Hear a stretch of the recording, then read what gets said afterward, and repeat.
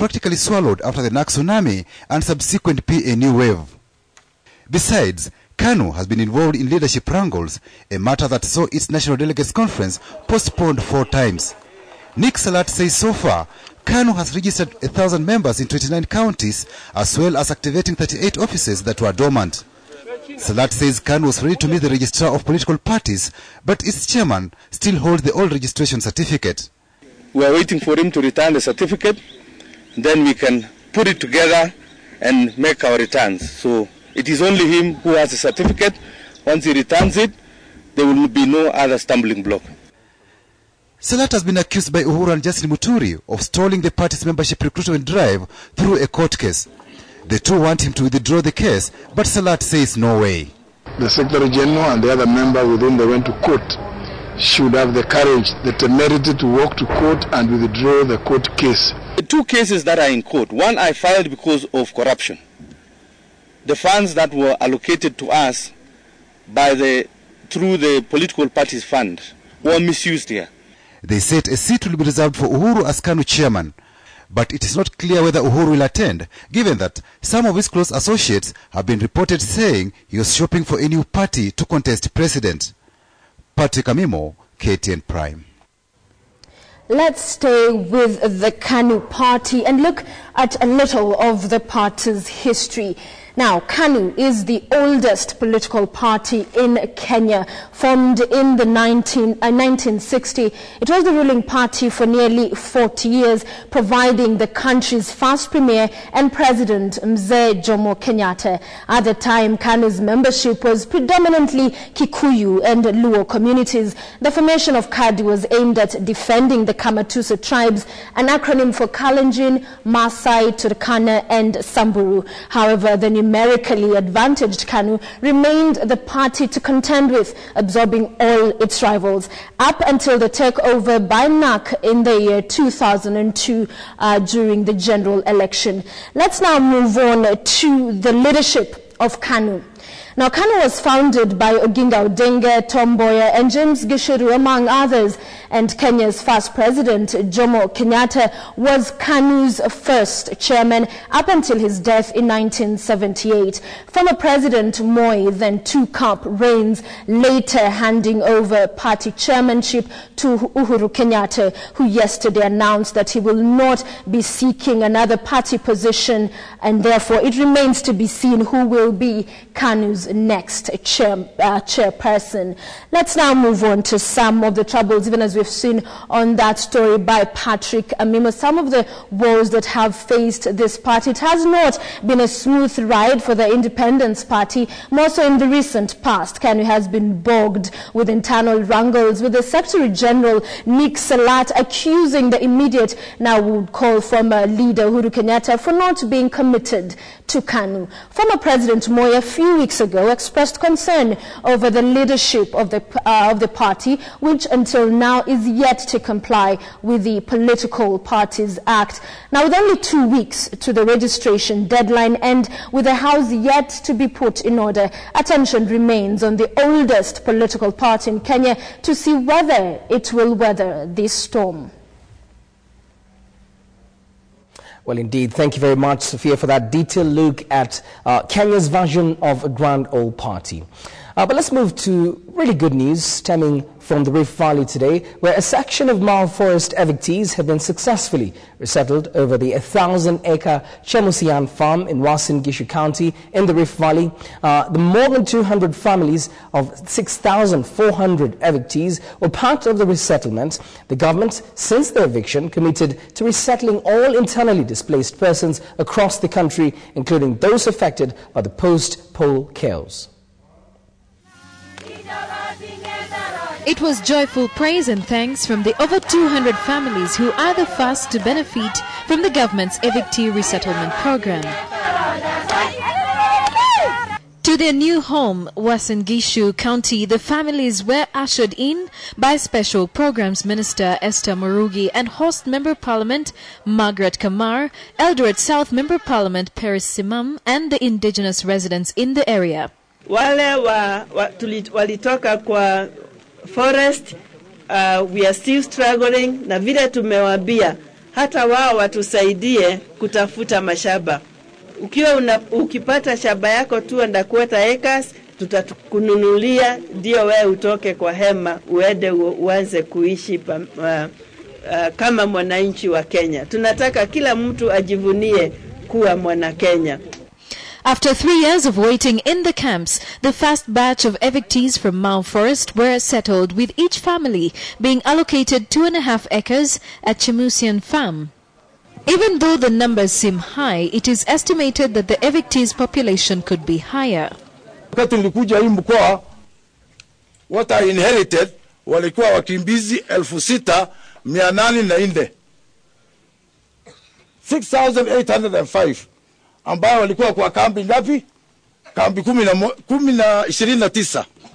Before their resettlement, the evictees' leaders were directed to have a view of the piece of land acquired, which was bought by the government in Eldoret East constituency, with government resolving to allocate 25% of any resettlement in the county to the host community to avoid upheavals. The evictees, who now boast of reaching the promised land, expressed their gratitude. Tumekaa kwa kambi, tumeteseka, tumepata tabu. Kwa hivyo tunasema asante sana kwa siku ya leo. Tumesapata hii safari kuja hapa. Mau and Ember Boot Forest evictees total over 6,000. The challenge ahead remains putting up infrastructure to benefit the welfare of the newly resettled community. The government continues to resettle more evictees and is expected, as part of its mandate, to have settled all displaced persons by October this year. Joy Doreen Bira, KTN Prime. Thank you, Joy, for that report. Now, members of the Parliamentary Committee on Education that is investigating cancellation of the 2011 examination results have visited Garissa, which bore the brunt of the revocations after the Kenya National Examination Council accused about 1,000 students of cheating in their exams. The MPs met with students, teachers, parents and of course local leaders, who presented them with petitions seeking the immediate reversal of the NEC decision to cancel the results. Angry students and parents came to the open forum where they presented their views to the committee led by Mosop MP David Koech. The meeting was a culmination of a stormy parliamentary session in which former Education Minister Sam Ongeri stood by the exam body's decision. What led to the cancellation of the examination KCSE results for the year 2011? Don't tell us about the criminal activities. It's long and boring. I had the opportunity to peruse some of these materials this morning. I am satisfied that on the element of collusion, as a minister in charge of education, did take place. Subsequently, Speaker Kenneth Marende directed the setting up of a committee to establish the reason behind the cancellations. He issued the directive after Dugis MP Aden Duale petitioned the House to investigate the issue. Is the minister in order to mislead this House that there is an appeal process in Kenya National Examination Council when it is the same judges who declared the exams irregularities that are going to sit in that appeals committee, Mr. Speaker? Is he in order? Out of the 2,900 students' results that were cancelled, 1,694 were from northern Kenya, with only 18 out of 22 schools getting their full results. The situation caused riots in the town, in which 20 police officers were injured. Despite the impasse, NEC told those aggrieved to seek legal action. For KTN Prime, I am Fredo Mulo. Well, the voice of unity across the country is getting bigger. A peace initiative was today launched in the Rift Valley, with the youth being the main actors of the project. The launch, that aims to enhance sustainable peace and development, also seeks to empower Kenyans to fight tribalism and foster cohesion before and after the next general election. Rift Valley Province bore the brunt of the 2007 and 2008 post-election violence, where property and lives were lost. Today, peace efforts are gathering momentum on the ground despite a myriad of challenges. It is a region riddled with many types of conflict, all socio-political. The Global Peace Youth Corps GPYC chapter, the convener of the event, in partnership with the Provincial Peace Forum and Global Peace Festival Foundation and other partners, launched the Rift Valley Peace Initiative. a project of an education and service-based programs that provides young people in the Rift Valley with knowledge and pro-social skills for sustainable peace and development. To date, the healing process has been a challenge to the government and all stakeholders engaged in peace building in Kenya. Peace must begin from within the community, and our approach, we call it CDD approach. It means that we cannot come and impose solutions in the community. It means that the community must first tell us these are the challenges and this is where we need help. Comments on how to foster peace in the upcoming elections, tribalism, promoting national cohesion in regions and brotherhood to inspire many were the main topics discussed by key speakers. I don't believe that Kenyans are tribalists. I don't believe in tribalism. And I am a believer that we can use tribalism in a very positive way. And therefore it's even suit us better because where you have many tribes, you can be able to create forums of peace. And this is what we have been trying to do. The current scenario unfolding in the formation of tribal affiliations being formed right and center featured prominently in the day as youths were called to have a say and make a change in society so that peace can be attained.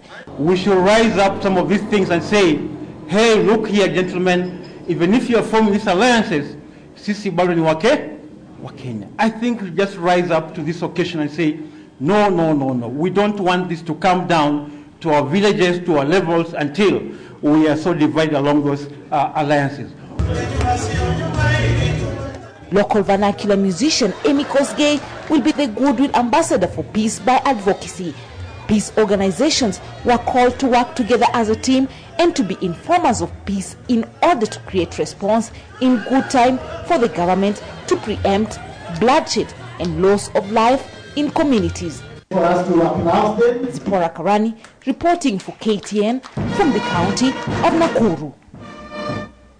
Kenyans for Peace with Truth and Justice organization is raising a red flag on the ongoing debate and ethnic mobilization towards the general election aimed at slowing down or halting the ICC process.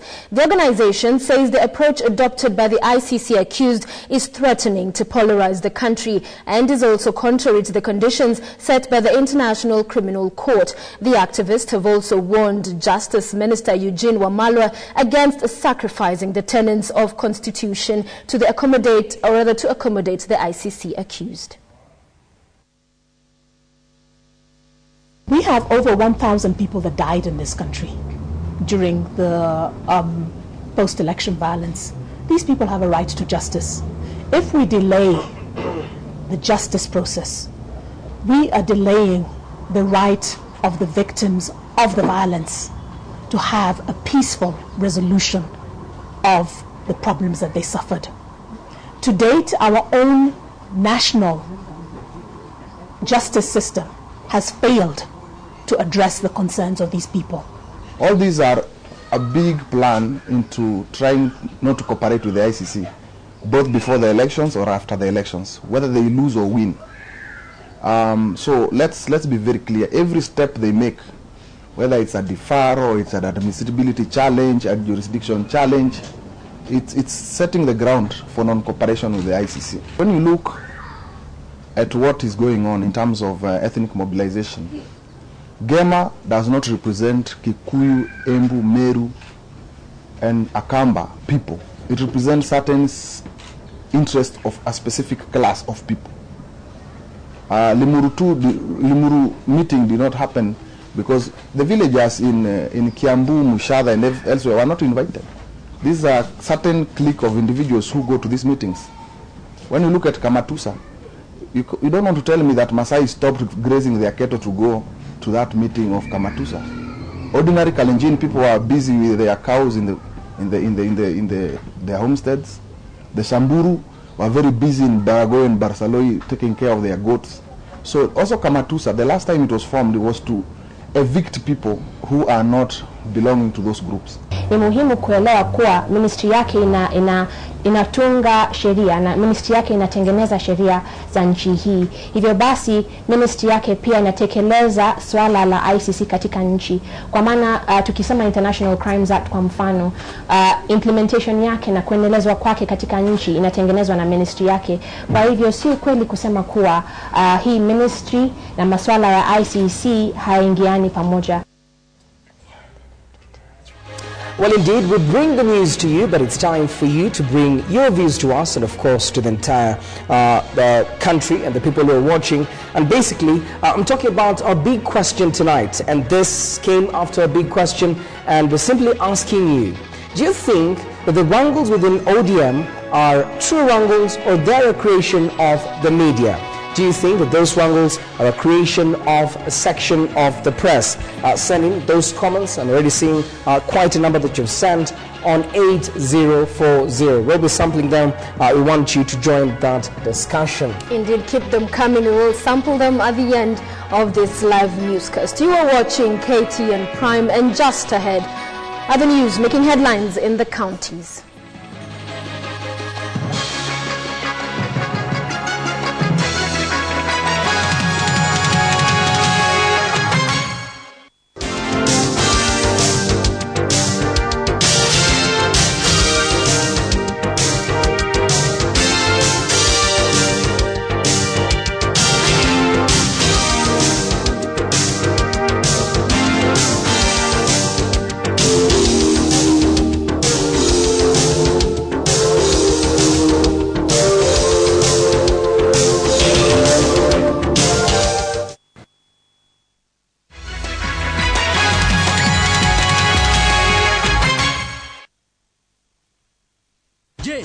Unapenda na kuelewa vyema kabumbu? Basi chukua mic.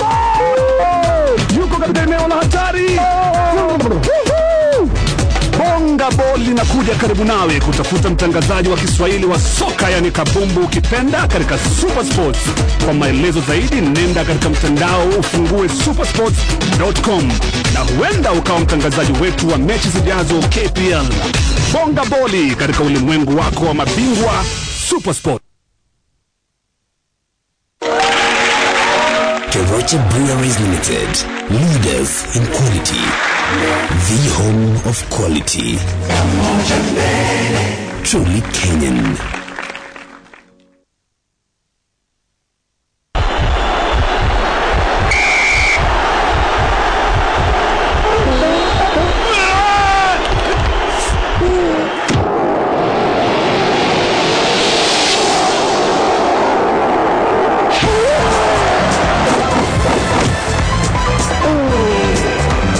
Solitech, the power to protect.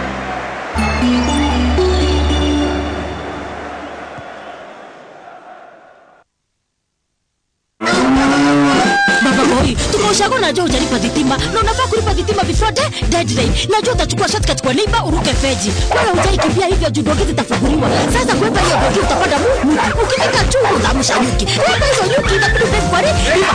Ukifika kwa lipa vya zako za mitumba zitaharibika. Zikiharibika utakaa baa hakuna gari itakubeba. Na juu baisikeli haina bio utafika late. Na hiyo tutakatiwa sitima kwa sababu wewe haukulipa on time.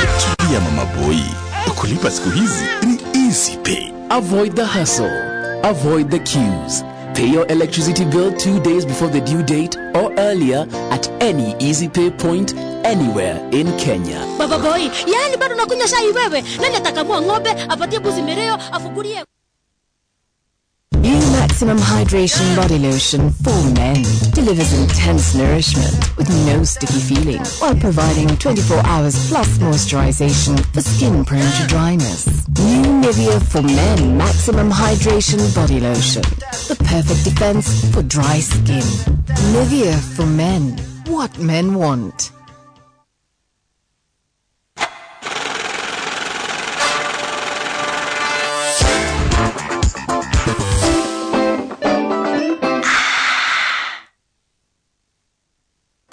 Habari Afrika, leo tutatumia nguo hii kuweka Ario katika jaribio gumu zaidi. Tutatumia kovu sugu zaidi, dua la mchuzi. dua hili upenye zaidi ndani ya nguo na kuliondoa kwa mosho moja huonekana haiwezekani. Tutapasua nguo hii katika vipande viwili.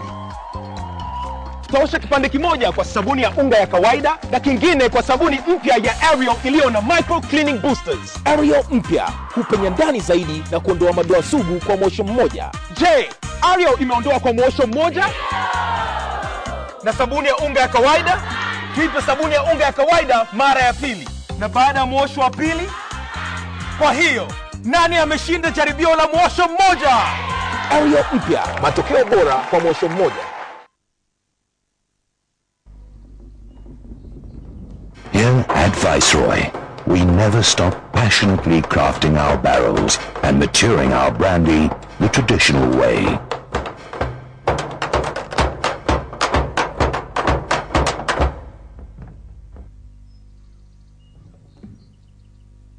So you can keep on enjoying it.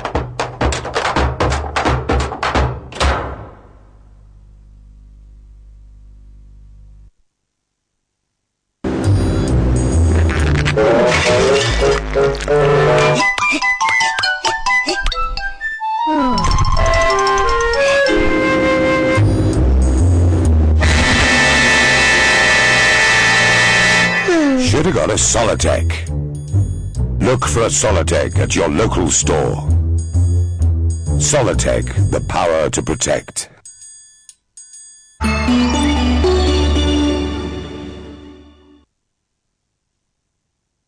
That may be good enough for these germs, but germs are getting tougher. You need advanced protection. Lifebuoy Advanced Lifebuoy gives protection against 10 infection-causing germs. 10 infection-causing germs. 1 advanced protection. Lifebuoy.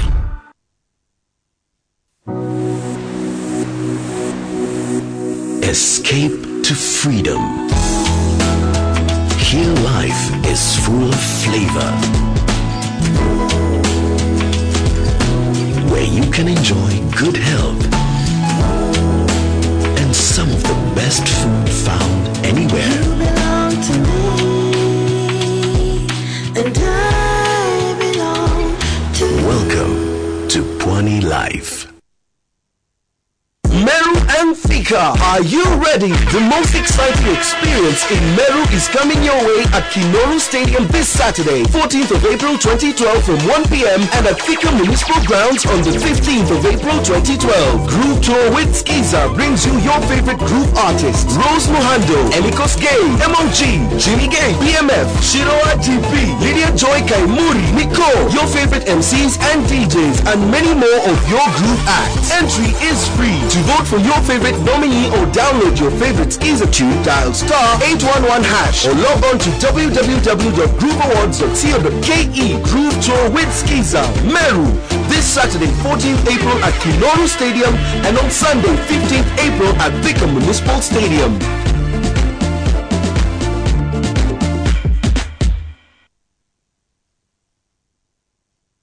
From the seaside to the lakeside, from the mountains to the valleys, from the bright lights to the far north. No matter what the job, no matter where it takes you. Test drive one or more of Nissan's range of pickups at your nearest DT Dobby dealer. Nani kama Nissan.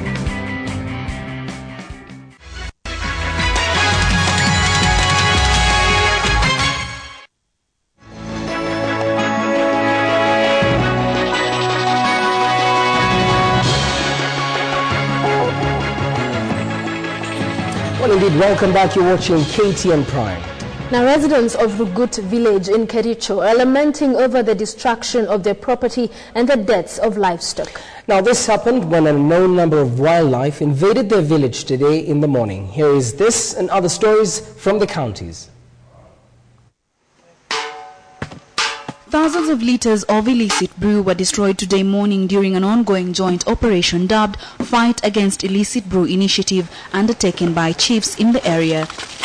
The brew was hidden along the banks of River Kadhina in Mwiritu. The initiative is aimed at eradicating the brewing and consumption of the illicit liquor in the area. Meanwhile, in Rugut village, Kericho County, residents are counting losses after an unknown number of wildlife animals invaded the residential houses, killing livestock. No resident was injured at the 3 a.m. incident. The residents now want the Kenya Wildlife Service to compensate their losses. And finally, it was relief in Isiolo after 5 people narrowly escaped death when 2 vehicles and a motorbike crashed near Millennium Petrol Station in Isiolo town. Eyewitnesses say the vehicle was speeding. The injured, including a woman and her child, were rushed to Isiolo District Hospital with serious injuries. Mercy Kandiye, KTN Prime. Well, one would be forgiven to imagine that it's coup season in West Africa. Today, soldiers in Guinea-Bissau have arrested former Prime Minister Carlos Gomes Jr. just hours after attacking his home in an apparent coup attempt aimed at derailing his election to the presidency. A military press attaché and his wife have confirmed Gomes Jr.'s detention. The country's interim president, Raimundo Pereira, is also being held. According to the AFP news agency, soldiers attacked Gomes Jr.'s residence in the capital Bissau with machine guns and heavy weapons last night, sending residents scurrying for safety. Most TV and radios went off air, with armed soldiers keeping watch of the state broadcaster and other key locations.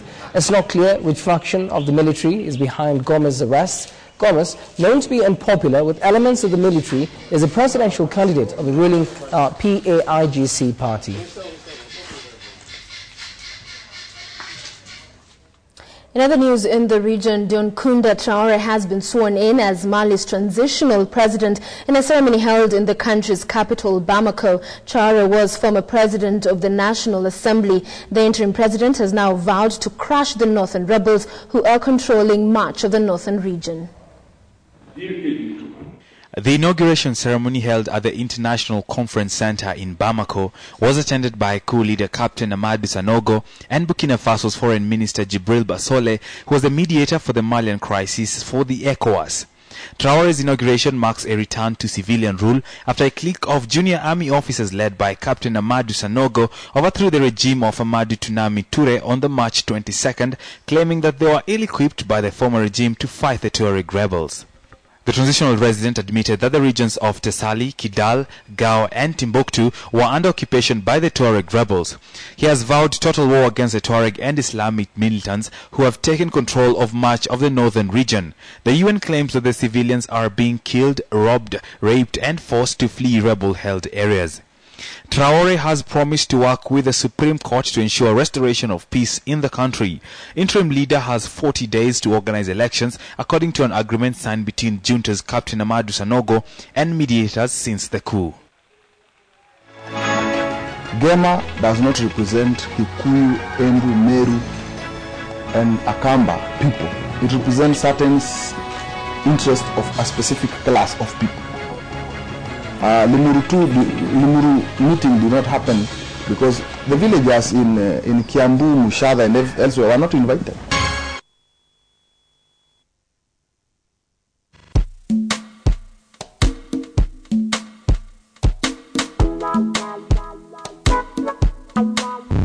Hey, what's up? What's up? What's up, man? What's up? This is Eric Commanding, man. Yeah, you know what? I'm running for MP. I'm doing Mary County, man. Sorry, chill out. Don't throw the blows, man. I need your vote. I chose several teenage girls. I know the teenagers are gonna vote me in. Vote. Rock your vote.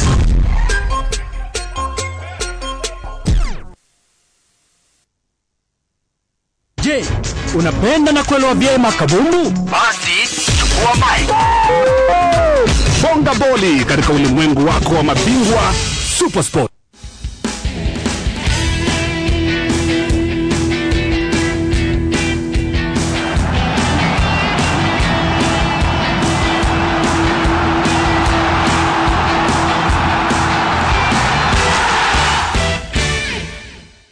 Wakazi wa Mombasa, tutakuwa pale Wild Waters Nyali tarehe 13 hadi tarehe 15 Aprili. Wenyeji wa Kisumu mje pale Aga Khan Hall tarehe 20 hadi tarehe 22, alafu tuje tumalizie hapa Nairobi Prestige tarehe 26 hadi tarehe 29 Aprili.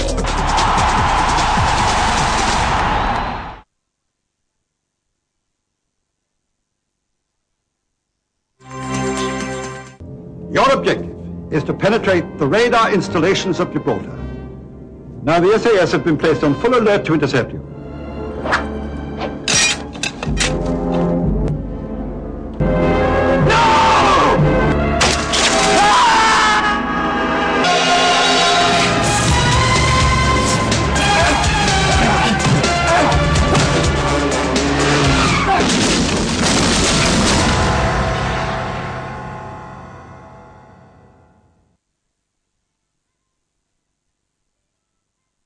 Here at Viceroy, we never stop passionately crafting our barrels and maturing our brandy the traditional way. Viceroy cocktails. Viceroy highball. The ingredients are double Viceroy brandy, half a glass of club soda, and garnish with lemon twist. Mix both the ingredients in a glass over crushed ice and stir. Garnish with a lemon twist. So you can keep on enjoying it.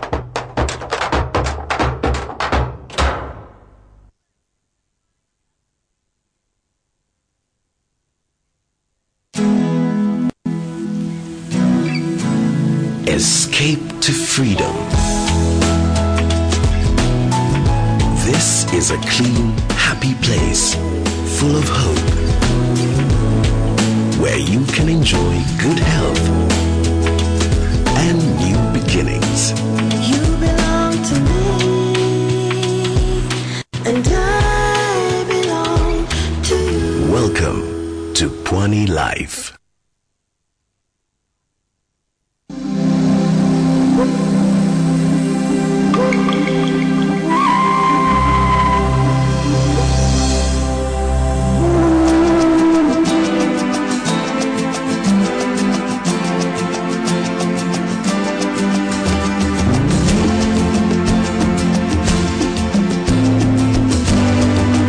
Kenya Airways, the pride of Africa.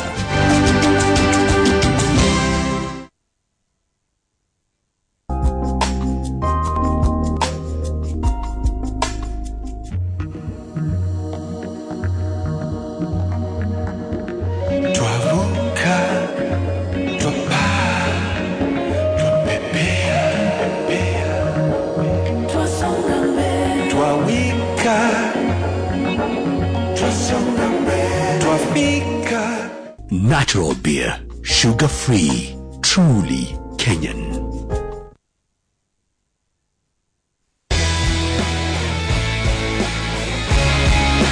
Healthy living with Winsun sunflower oil. Good nutrition during pregnancy, and enough of it, is very important for your baby to grow and develop. Although nausea and vomiting during the first few months of pregnancy can make this difficult, try to eat a well-balanced diet and take prenatal vitamins. Choose foods high in fiber that are enriched, such as whole grain breads, cereals, pasta, rice, fruits and vegetables.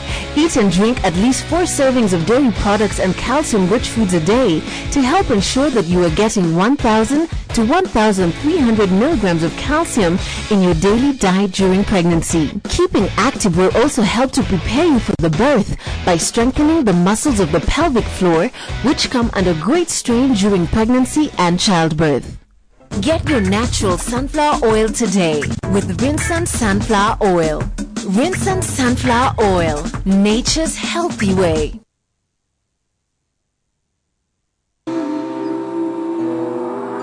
Nature's power now comes in the luxury of natural from Imperial Leather.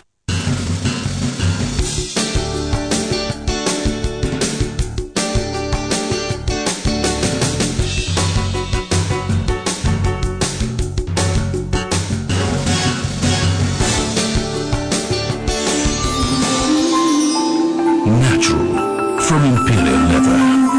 Nature protects best.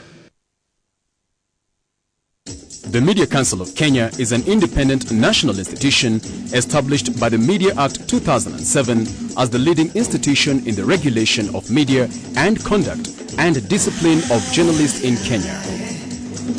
The council is mandated to, among others, promote high professional and ethical standards among journalists and in the media. The Media Council of Kenya has organized 2 major events around the world: Press Freedom Day celebration scheduled for 3rd May 2012. These events are a journalist convention and a media awards for journalists. On specific days, the following activities will be undertaken. 2nd May, discussions on media and elections coverage in Africa. 3rd May, discussions on media regulation. 4th May, discussions on the challenges in the journalism profession. The final day would be the media award to culminate the convention. And the media award basically is going to recognize and appreciate excellence in journalism. And we therefore calling all the journalists, either in print or in electronic media, and particularly the correspondent, to start media entries so that they're not locked out from this media award. The convention aims at interrogating and opening discussions on the major discourses that are relevant for Africa and Kenya in particular as we prepare for the forthcoming general elections. These are: 1. To compare and contrast techniques and strategies of media coverage of the recent and forthcoming African elections, focusing on Kenyan elections in the context of historical memory of the 2007 general elections and the ensued 2008 post-election violence. 2. Media regulation, deregulation in nurturing democracy in a liberalized media environment vis-a-vis elections.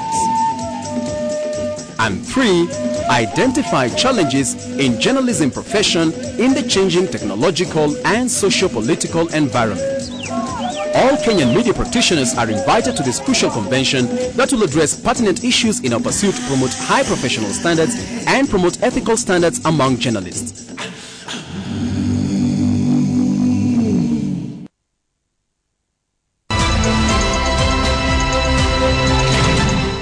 KTN Business Today, in association with CBA. We can make the most of what we have. CBA, time for more.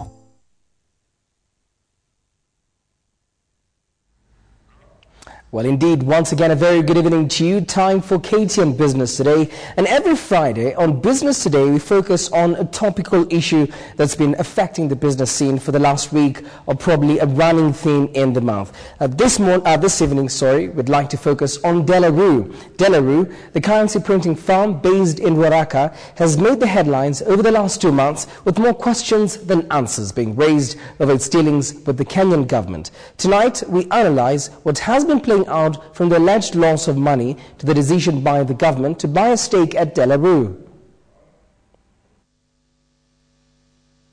When the NAC government came into power in 2002, it came with the intention to rid the country of past mismanagement under the KANU regime. Among the things it wanted to clean up was the relationship with British currency printing firm Delarue that it found suspect. What was then viewed as a notable step now has everyone questioning its rationale. At the time, the government said it had opted to print money abroad, citing high local costs. These actions have been subject to investigations of the Public Accounts Committee. According to the PAC, the country has lost an estimated 2.7 billion shillings in 6 interim currency printing orders that were still handed to Delarue. Also arising from the inquest is the decision by the government to buy a 40% stake in the firm for 650 million shillings, also deemed to be suspect. So far, it has summoned 5 people from Treasury and the Central Bank of Kenya to shed more light into the deal. First to appear before the committee was Finance Minister Njeri Githai, who insisted no money had been lost as Delarue was being paid using a $25 million down payment made to the company at the time of the initial contract. Next on was Central Bank Governor Professor Njuguna Ndongo, who was put on the spot as to why the bank, as an independent institution, accepted to terminate a 2006 contract to print 1,710 million pieces of banknotes of various denominations at £31 million in Malta. Ndungu told the committee that then Finance Minister, now handling transport, Amos Kimunya, ordered the cancellation of the contract on grounds that the Nairobi-based Delarue should be awarded the tender in order to secure jobs and ensure government has better control of its own currency printing. Kimunya has since not honored summons to appear before the Boni Halale-led committee. But the star witness at the committee sitting so far has been former CBK acting governor Jacinta Motela, who chose to give her evidence behind closed doors. She argued her life was at risk if she testified in public, as the information touched on people she was not comfortable in talking about in public. This only furthered speculation on the suspicion around the deal and the government officers involved in it. The firm at the middle of this whole controversy, on the other hand, has pulled a shocker and said that if the government doesn't agree to the joint venture, which has a 10-year binding contract, it is ready to pull out of the Kenyan market. It only remains to be seen the extent of suspicion around the deal, as Parliament says it will get to the bottom of the matter. Michael Karanja, KTN Business Today. Thank you very much, Michael, for digging deeper into this very important story for Kenyans, especially regarding the fact that a former central bank governor, fearing for her life, asked to give the testimony in Canberra. So indeed, it must have something that probably we've not had until now. Our country has agreed to borrow $600 million from foreign creditors at an interest rate of 7%. According to the Reuters news agency, the loan will be critical in plugging and also funding shortfall for the fiscal year ending June 2012. The news agency, quoting Treasury Economic Secretary Geoffrey Mwao, says it's not clear when the state will sign an agreement when the three banks that want to bid to arrange the loan go ahead and do so. The three banks to be involved in the arrangement of the facility are Standard Chartered Bank, Citibank, and South Africa's Standard Bank, represented locally by CFC's Stanbic Bank. Well, the Kenyan shilling strengthened the most this month as the Central Bank of Kenya moved into the market to mop up money supply from the market. The shilling gained 0.6% to close the day at 82 shillings and 85 cents. That's where it closed today, basically because of this repo. Repos always lead to less shillings in the market, obviously strengthening the local currency. The Central Bank has been quick to get into the market to stabilize the interbank rate and see of downside risks to the currency.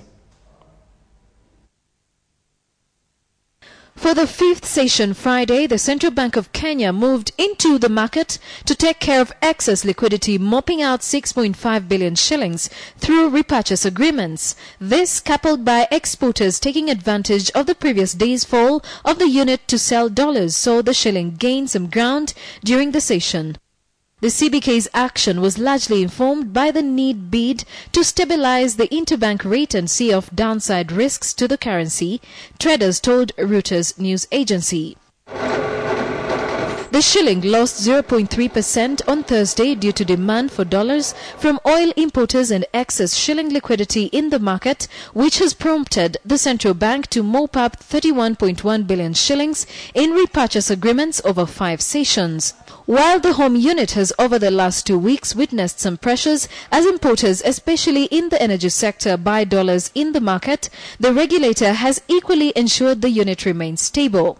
Since Thursday, the CBK has managed to soak up a total of 24.6 billion shillings in repos, helping to keep the unit at a stable exchange rate against world major currencies. Well, on a much lighter note, CMC Motors has launched a new model of the Ford Ranger pickup truck in Kenya as it eyes market leadership in the pickup segment in the new car sales in Kenya. The firm is marketing the pickup as a workhorse and hopes to benefit from growth in the different economic sectors, including agriculture.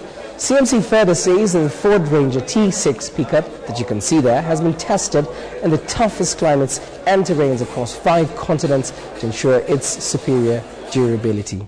All of those guys who are leading the market in pickup trucks, within 1 year, I'll guarantee you that the Ford Ranger pickup will be the best-selling pickup in East Africa. Well, a bit earlier, we were taking you through that story that you watched a couple of minutes ago as to the effect of the CBK being in the market through this repurchase agreements, what we commonly refer to as the repos. Now, basically, let me just show you the impact of that on this Friday, when the central bank came into the market on Wednesday, mopping about 18 billion shillings. It led to stability of the Kenyan shillings, and the repos so far have continued to ensure that the Kenyan shilling does not slide. Now, the Kenyan shilling would have been at a much worse state. Currently, it's at 83 shillings and 10 cents. But this figure would have been much different if they didn't do this. This is because they paid out billions of shillings, introducing new shillings into the market for the people who'd invested in the bonds and the treasury bills. So basically, that's how we ended the week on a good note. And pretty much we've been in this levels, 83 shillings, and in the latest sense of the 82 shilling level, the closing level at 83 shillings and 20 cents. The pound sterling, in terms of that trajectory, never too far from what the dollar does. It's also staying within the same region. Although the Kenyan shilling has lost a few cents to this, it's been ranging at 131 shillings and several cents. But now we're in this level, 132. So that's the only difference there. And then 133 shillings and 6 cents when it comes to that selling price across the banks. Finally, 109 shillings and 57 cents. This line has not changed for quite a while. We've been there for a very long time. And of course, you're still seeing that line there, 109 shillings and 87 cents. So basically, we're still doing very well when it comes to the Kenyan shilling. Let's take a look if the Nairobi Securities Exchange, the NSE, is also doing equally well.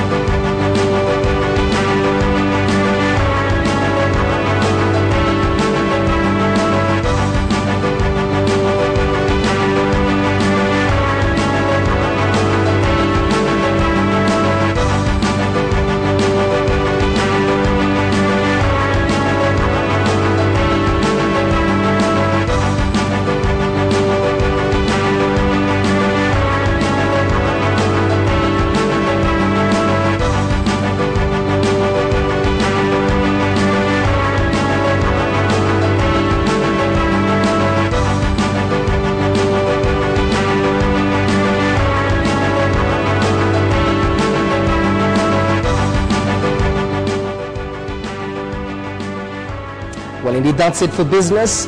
Nick Mudimba is up next with the sports, and he'll be telling us the matches that AFC and Gor Mahia have in the coming weekend.